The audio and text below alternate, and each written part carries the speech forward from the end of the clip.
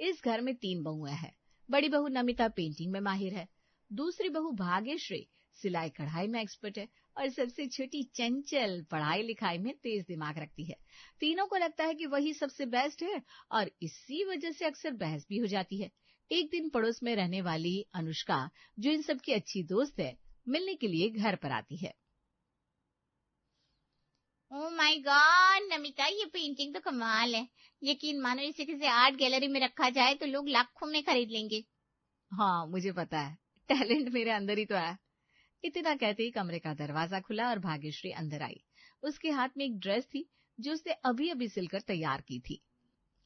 अनुष्का, ये देखो, मैंने खुद अपने हाथों से ये ड्रेस सिली है। ट्रेंडी है और किसी भी बुटीक की ड्रेस को टक्कर दे सकती है। वाह भाग्यश्री, तुम तो पूरी फैशन डिजाइनर हो यार। ड्रेस सच में बहुत खूबसूरत है। अरे ये सब तो ठीक है, पर आर्ट जैसी चीज का कोई मुकाबला ही नहीं है। ड्रेस तो हर कोई बना लेता है। लेकिन अच्छी ड्रेस हर कोई नहीं बना सकता जेठानी जी। अपने घर वालों के लिए अच्छे कपड़े तैयार करना, पैसे बचाना, स्टाइलिश दिखना, ये एक असली हुनर है। इतनी देर में चंचल भी अंदर आ गई। हाथ में एक सर्टिफिकेट था और चेहरे पर गर्व। तुम दोनों की बहस सुनकर हंसी आ रही है। ये देखो अनुष्का, परसों मुझे कंपनी ने अवार्ड दिया, most hard working and smart employee of the year का। चंचल, सच में तुम तो बहुत ही इंटेलिजेंट हो। मुझे ना स्पेनिश सीखनी है।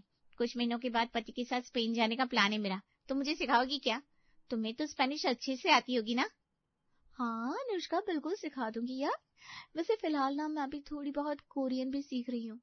अरे वो क्या हुआ ना, दूसरी ब्रांच वाली जो मैनेजर है ना, मिस मेघा, उन्होंने बोला कि अगर मैं कोरियन सीख लूंगी तो मैं कोरियन क्लाइंट्स को भी हैंडल कर सकती हूँ। वाह चंचल, वेरी इम्प्रेसिव। हाँ, लेकिन आर्ट जैसी कोई चीज नहीं है दुनिया में। इसमें एक सुकून है, नशा है और जुनून है। ड्रेस बनाना भी सबसे बड़ा टैलेंट है। सोचो कितनी मेहनत लगती है, दिमाग लगता है। पता नहीं लोग इसे हल्के में क्यों लेते हैं। अरे ये आर्ट, ड्रेस बनाना वो सब ठीक है, लेकिन बिना पढ़ाई लिखाई और इंटेलिजेंस के कोई भी टैलेंट काम का नहीं है। तीनों बहुएं अपनी अपनी बात साबित करने में लगी थी। उनकी आवाज ऊंची होती जा रही थी। ओहो, तुम लोग फिर से शुरू हो गई। क्यों हर बार बहस करती हो? तुम तीनों ही अपनी अपनी जगह बेस्ट हो, इस बात को एक्सेप्ट कर लो ना यार। नहीं अनुष्का, मुझे नहीं पता। ये दोनों हमेशा मुझे ताने मारती रहती है। अरे कौन ताने मारता है? आपको लगता है कि आप सबसे बड़ी आर्टिस्ट हो और तुम्हें लगता है कि ड्रेस ही दुनिया का सबसे बड़ा हुनर है? अनुष्का बीच में पड़ने की कोशिश कर रही थी, मगर तीनों बहुओं का झगड़ा रुकने का नाम नहीं ले पा रहा था। ठीक है, बहुत हो गया। मैं तुम सबके लिए कॉफी बनाकर लाती हूँ, मूड थोड़ा हल्का हो जाएगा। अरे नहीं, मेहमान से कॉफी बनवाना अच्छा नहीं लगता। अरे यार, मैं कब से यहाँ की मेहमान बन गई? हाँ देखा अनुष्का, जेठानी जी तुम्हें मेहमान समझती है। अरे भाग्यश्री, तुम भी ना छोटी छोटी बातों को इतना बड़ा बना देती हो। तुम लोग चिल करो यार, मैं भी कॉफी बनाकर लाती हूँ। तीनों फिर से एक दूसरे को ताने मारने लगी। अनुष्का ने हार मान ली और रसोई की तरफ बढ़ गई। इधर दूसरे कमरे में सास करिश्मा लेटी हुई थी। उनकी आंखें बंद थी, पर उनके कान तीनों बहुओं की हर बात सुन रहे थे। ये लड़कियां कभी नहीं बदलेगी, हर एक को लगता है वही सबसे बेस्ट है। उधर कॉफी की खुशबू पूरे घर में फैल गई, पर बहुओं के बीच की खटास वैसी ही बनी रही। तभी अनुष्का कॉफी बनाकर लाई और सबने कॉफी पी। करिश्मा ने आंखें खोली, गहरी सांस ली और धीरे से बुदबुदाई, कभी तो शांति मिले इस घर में। कुछ दिन बाद भाग्यश्री के बेटे सुमित का जन्मदिन था। पूरे परिवार ने तय किया कि इस बार घर पर नहीं बल्कि बाहर रेस्टोरेंट में ही सेलिब्रेट करेंगे। सब लोग अच्छे से तैयार होकर रेस्टोरेंट पहुंच गए। अरे ये पेंटिंग देखो, कैसी अजीब सी लग रही है। रंगों का तो कोई मेल ही नहीं है। इससे अच्छी तो मैं बना दूं। इन लोगों को मुझसे कांटेक्ट करना चाहिए था। मेरी पेंटिंग यहाँ लगी होती ना तो जगह की शोभा बढ़ जाती।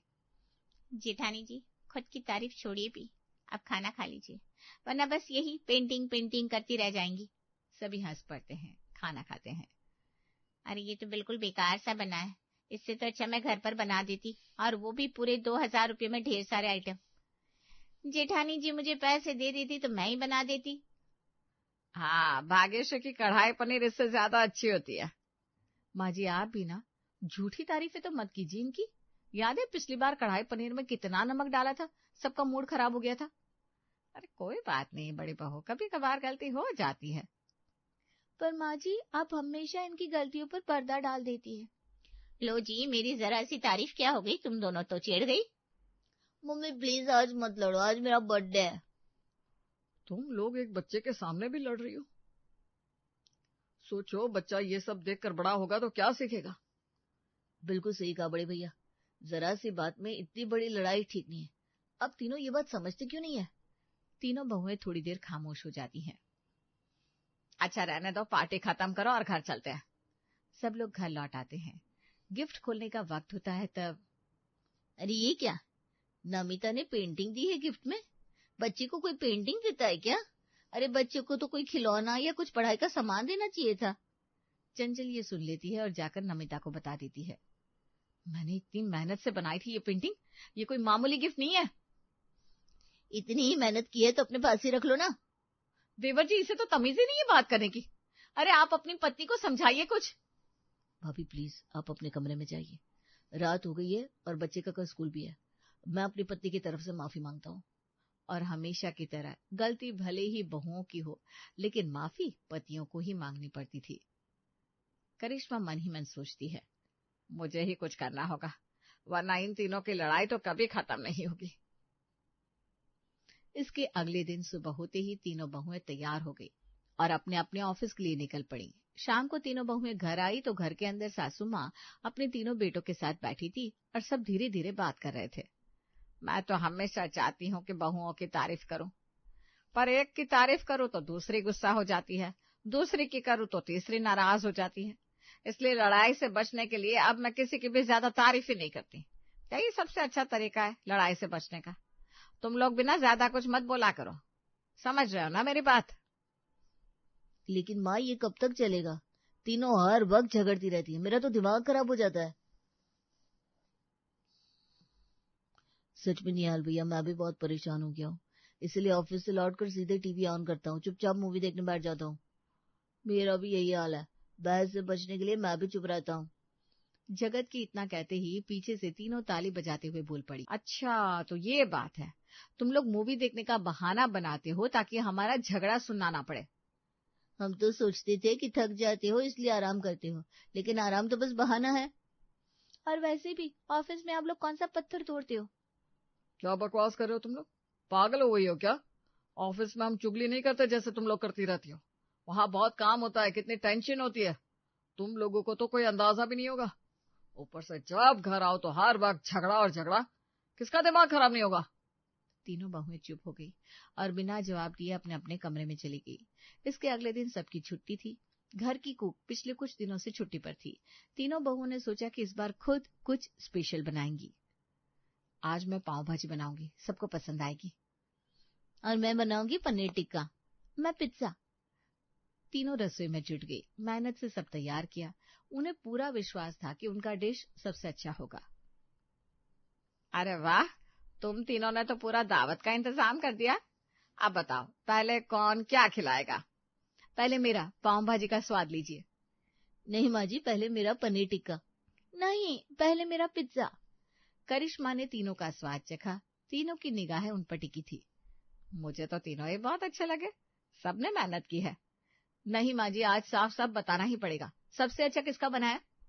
अरे भाई सच कह रही हूँ, मुझे सबका ही अच्छा लगा। तभी कमरे से तीनों के पति आए, उन्होंने भी खाने का स्वाद लिया। अरे बाप रे, इसमें इतना नमक है कि खाने लायक ही नहीं है, और इसमें मसाले इतना ज्यादा है कि जीभ जल रही है। हे भगवान, ये पिज्जा, ये तो अंदर से पूरा कच्चा है। क्या आप लोग मजाक कर रहे हैं क्या? बिल्कुल, इतना खराब कैसे हो सकता है?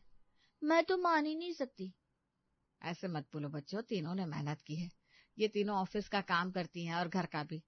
इन्होंने पहली बार कुछ नया बनाने की कोशिश की है तो थोड़ी कमी रह गई, पर कोई बात नहीं, हिम्मत नहीं हारनी चाहिए। माँ जी फिर भी बताइए ना, सबसे अच्छा किसका बना है? नहीं बेटा, सच में सबका ही अच्छा लगा। अरे हम बता रहे हैं, सच तो ये है कि सब खाना बहुत खराब बना है। हाँ, इतना मसालेदार खाना तो कभी खाया ही नहीं। और ये पिज्जा, उफ, पूरा आटा कच्चा है। कोई हमारी मेहनत की कदर ही नहीं करता। हाँ, तारीफ करना तो किसी को आता ही नहीं। सच में इसके बाद घर का माहौल कुछ सामान्य ही था कि तभी ननद अपनी 13 साल की बेटी पिंकी को लेकर घर आ गई। पिंकी बड़ी ही प्यारी और होशियार बच्ची थी। उसने आते ही अपनी बनाई हुई एक खूबसूरत पेंटिंग सबको दिखाई। अरे वाह, देखिए जेठानी जी, सिर्फ 13 साल की बच्ची है और कितनी सुंदर पेंटिंग बनाई है। आप तो कहती रहती है आप पेंटिंग में बहुत माहिर है लेकिन इसने आपसे भी अच्छी पेंटिंग बना दी। तो अरे बच्ची है, भगवान सब में कुछ न कुछ गुण डाल कर भेजते हैं। पिंकी को भी भगवान ने ये गुण दिया है, जो कि बहुत अच्छी बात है। लेकिन इसका मतलब ये तो नहीं ना कि उसकी कंपैरिजन मुझसे की जाए। गुण भगवान की देन है, किसी को भी मिल सकता है। भाग्यश्री, तुम भी ना इतनी छोटी सी बात को समझती नहीं हो। अरे भाग्यश्री जी, आप क्या बोल रही हैं? आपसे अच्छी ड्रेस तो बगल वाली कुमकुम बना लेती है, दिन भर घर का सारा काम करती है, वो तो पढ़ी लिखी भी नहीं है, लेकिन आपसे अच्छी ड्रेस डिजाइन कर लेती है। और हम बड़ी जिठानी जी बिल्कुल सही कह रही हैं, किसी की कंपैरिजन कभी नहीं करनी चाहिए। क्या तुम मेरी कंपैरिजन उस गवार कुमकुम से कर रही हो? सबसे बड़ा कंपैरिजन तो तुमने किया और यहाँ पर बातें बना रही हो। तो क्या, बात तो सच है ना। आप खुद को डिजाइनर मानती हो, हमेशा टैलेंटेड होने का दावा करती रहती हो, लेकिन वो देखो कुमकुम, दिन भर घर का काम संभालती है, रात को ड्रेस बनाती है। मैंने तो सुना है कुछ महीने में वो लोग अपना शोरूम भी खोलने वाले हैं, जहाँ सिर्फ उसकी बनाई हुई ड्रेसेस बिकेंगी। तो क्या इसमें क्या बड़ा काम हो गया चंचल? मैं भी तो जॉब करती हूँ और तुमको देखा है। तुम्हें क्या आता है? बस थोड़ा सा किताबों का ज्ञान है और कुछ नहीं। हाँ तो क्या हुआ, वही ज्ञान आज मेरे काम आता है। आप दोनों से ज्यादा पढ़ी लिखी हूँ और आप दोनों से 5,000 रुपए ज्यादा भी कमाती हूँ, ये मत भूलना। तो छोटी देवरानी जी, अगर आप हमसे 5,000 ज्यादा कमा लेती हो तो कौन सा बड़ा पहाड़ तोड़ लेती हो? सारी तनख्वाह तो 23 दिन में खत्म कर देती हो। ये आपसे किसने कह दिया बड़ी जेठानी जी? अरे कैसे पता नहीं चलेगा, पिछले महीने देवर जी आए थे इनके पास 7,000 रुपए मांगने। कह रहे थे उनकी तनख्वाह तो 23 दिन में ही खत्म हो गई और उनकी पत्नी यहाँ हमारे सामने डिंगे मार रही है, वो भी 5,000 रुपए की। तो क्या हुआ, थोड़ी बहुत परेशानी किसी के भी साथ हो सकती है। थोड़ा किताबों का ज्ञान हो जाने से और डिग्री लेने से कोई बड़ा नहीं हो जाता। भले ही सासू माँ खुलकर किसी को अपना फेवरेट ना बोले, लेकिन सच्चाई ये है कि तुम दोनों से अच्छी मैं ही हूँ। सासू माँ मुझे पसंद करती है, हाँ डर के मारे कहती नहीं बस। इतना सुनते ही बाकी दोनों बहुएं आग बबूला हो गई और एक बार फिर से तीनों के बीच जबरदस्त झगड़ा शुरू हो गया। पिंकी तो मम्मी के पास चली गई, तभी इनकी सास अंदर आई, जिन्होंने पूरी बहस सुनी और इस बार गुस्से से फूट पड़ी। बस करो तुम तीनों, क्या हो गया तुम सबको? हर बार छोटी छोटी बात पर लड़ने लगती हो। एक बच्चे के सामने बच्चों की तरह लड़ रही हो तुम तीनों। तुम लोग भूल गई हो कि तुम सब इस घर की बड़ी बहुएं हो। आने वाली पीढ़ी तुम्हें देखकर सीखेगी।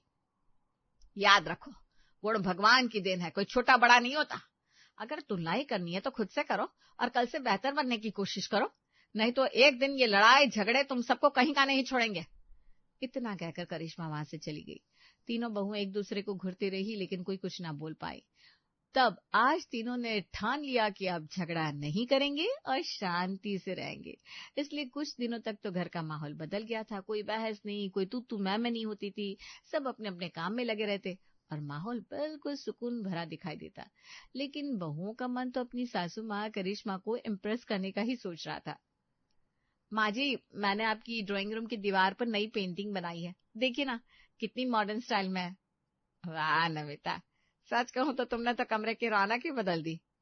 इधर भाग्यश्री भी पीछे नहीं रहने वाली थी। थोड़ी देर बाद, माँ जी आप रोज साड़ी पहनती है, आप इतनी लंबी है, सुंदर है, मैं आपके लिए ना गाउन और मॉडर्न ड्रेस सिल देती हूँ, एक बार पहनकर देखिए तो सही, सब कहेंगे आप कितनी स्टाइलिश लग रही हैं। अच्छा ठीक है बेटा। तभी घर की सबसे छोटी बहू चंचल आई, किताब हाथ में पकड़ाकर बोली, माँ जी, आपकी हेल्थ पर मुझे थोड़ा ध्यान देना पड़ेगा। आपके घुटनों में दर्द बढ़ रहा है ना, इसलिए आप ये किताब पढ़िए। इसमें बहुत आसान एक्सरसाइज है और ढेर सारे हेल्थ टिप्स दिए गए हैं, आपको बहुत फायदा होगा। करिश्मा ने सिर हिलाया। तीनों बहुएं अपने अपने तरीके से उन्हें खुश करने की कोशिश कर रही थी, लेकिन करिश्मा का मन बार बार भाग्यश्री की तरफ खींच रहा था। जब भी वो नया ब्लाउज या ड्रेस लाकर देती, करिश्मा खुश हो जाती, जैसे कि उसे पुराने दिन याद आ रहे हो।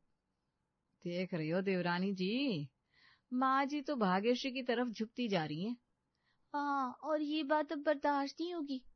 जलन दोनों के चेहरे पर साफ दिखाई दे रही थी, इसलिए दोनों जल्दी से सासू माँ के कमरे में जाती है। माँ जी साफ साफ बता दीजिए, आपकी बेस्ट बहू कौन है, ताकि हम अंदर ही अंदर जलना बंद कर दें।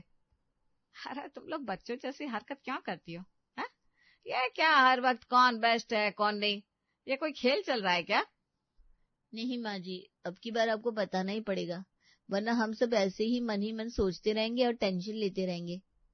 करिश्मा ने गहरी सांस ली।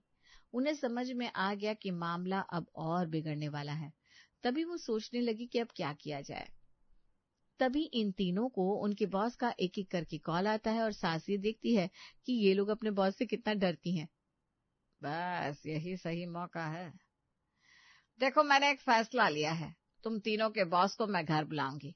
वो बहुत इंटेलिजेंट और अवार्ड विनर महिला है ना, इसलिए अगर इस वक्त कोई ये तय कर सकती है कि तुम में से सबसे अच्छी और बेस्ट कौन है तो वही कर सकती है। ऊपर से वो कोई पक्षपात भी नहीं करेंगी। क्या हमारी बॉस? क्या हमारी बॉस? क्या हमारी बॉस? हाँ, रविवार को सुबह ही वो घर आ जाएंगी और तुम्हें उन्हें इम्प्रेस करना है। जिस तरीके से चाहो करो, लेकिन हाँ लास्ट में तुम सबका असली टास्क खाना बनाना होगा। तीनों हैरान रह गई क्योंकि खाना बनाने में तो कोई भी एक्सपर्ट नहीं थी, लेकिन अब तो चुनौती स्वीकार करनी ही थी। तो नमिता तुम बनाओ मुगलाई रोटी, भाग्यश्री तुम नान बनाओगी और छोटी बहू चंचल तुम पराठा बनाओगी। माँ जी ये तो बहुत मुश्किल है। अरे बेटा ये तो मेरी प्रॉब्लम नहीं है, है? अच्छा, तुम तीनों को ऑल द बेस्ट। जो भी करना है पूरी मेहनत से करना, दिल से करना। तो रविवार आ गया, घर में तैयारियां होने लगी। बॉस आ गई जो स्मार्ट, स्ट्रिक्ट और बहुत ही गंभीर स्वभाव की थी। मैम ये पेंटिंग मैंने बनाई है, ये आपकी तस्वीर है, आपको गिफ्ट करना चाहती हूँ। इसे मैंने सिर्फ 23 घंटे में कंप्लीट किया है। रात भर जागना पड़ा था मैम मुझे। और ये ड्रेस मैंने खास आपके लिए बनाई है, साथ में ये दुपट्टा भी, जिस पर मैंने पूरी रात बैठकर हाथ से कढ़ाई की है। और ये किताब मैम, ये स्पेस और एस्ट्रोनॉट्स पर है। मुझे पता चला कि आपको ऐसी चीजों में बहुत इंटरेस्ट है। नमिता, माना कि तुमने पेंटिंग बहुत अच्छी बनाई है, पेंटिंग को बनाने में बहुत मेहनत भी की है, लेकिन तुमने यहाँ पर थोड़ा सा ओवर स्मार्ट बनने की कोशिश की और मुझे बताया कि तुम इसके लिए पूरी रात जगी हो, विच इज नॉट गुड। और तुम भाग्यश्री, तुम इतनी बड़ी कॉपी कैट हो कि तुम अपनी जेठानी की पूरी लाइन कॉपी कर ली और बोला कि तुमने पूरी रात बैठकर ये दुपट्टे में कढ़ाई की है। माना कि तुमने किया है, मेहनत की है, अच्छी बात है, लेकिन अपनी मेहनत के बारे में अपने मुंह से कभी नहीं बोलना चाहिए। एंड चंचल, वेरी इम्प्रेसिव, तुमने मेरे इंटरेस्ट पर ध्यान दिया। दोनों बहुओं को लगा कि चंचल कंपटीशन जीत जाएगी, लेकिन अभी तो एक और कंपटीशन बाकी था, इसलिए कुछ देर बाद सब टेबल पर बैठ गए। अब असली टेस्ट शुरू हुआ। तीनों बहुएं नर्वस होकर रोटियां लेकर आई। मुगलई रोटी तैयार है। ये लीजिए नान रोटी मैम। और ये रहा पराठा। बॉस ने पहले नमिता की मुगलई रोटी खाई, फिर भाग्यश्री की नान रोटी, फिर चंचल का पराठा। इस दौरान इन तीनों की निगाहें सिर्फ अपने बॉस के चेहरे पर टिकी रही। तो बताइए किसकी कुकिंग सबसे अच्छी लगी? सच कहूँ तो तुम तीनों का खाना बिल्कुल ठीक ठाक है, ना बहुत अच्छा ना बहुत बुरा। मानती हूँ कि तुम लोग ऑफिस वर्क में बेहद टैलेंटेड हो, हार्ड वर्किंग हो, लेकिन खाना बनाना तुम्हारा स्ट्रांग पॉइंट नहीं है, इसलिए मैं किसी को भी बेस्ट नहीं कह सकती। तुम तीनों बराबर ही हो और तुलना करना सही नहीं है। तीनों बहुओं के चेहरे उतर गए, जोश ठंडा पड़ गया। अरे इतनी मेहनत की और आखिर में ये रिजल्ट मिला। सच में हम तीनों कोई तोप नहीं है। हाँ जेठानी जी, सबको इम्प्रेस करने के चक्कर में हमारी ही हालत खराब होगी ऊपर से। सच कह रही हूँ, मैं भी थक गई हूँ। सास करिश्मा चुपचाप सब देख रही थी। उन्होंने सोचा शायद यही सबक इन तीनों को चाहिए था।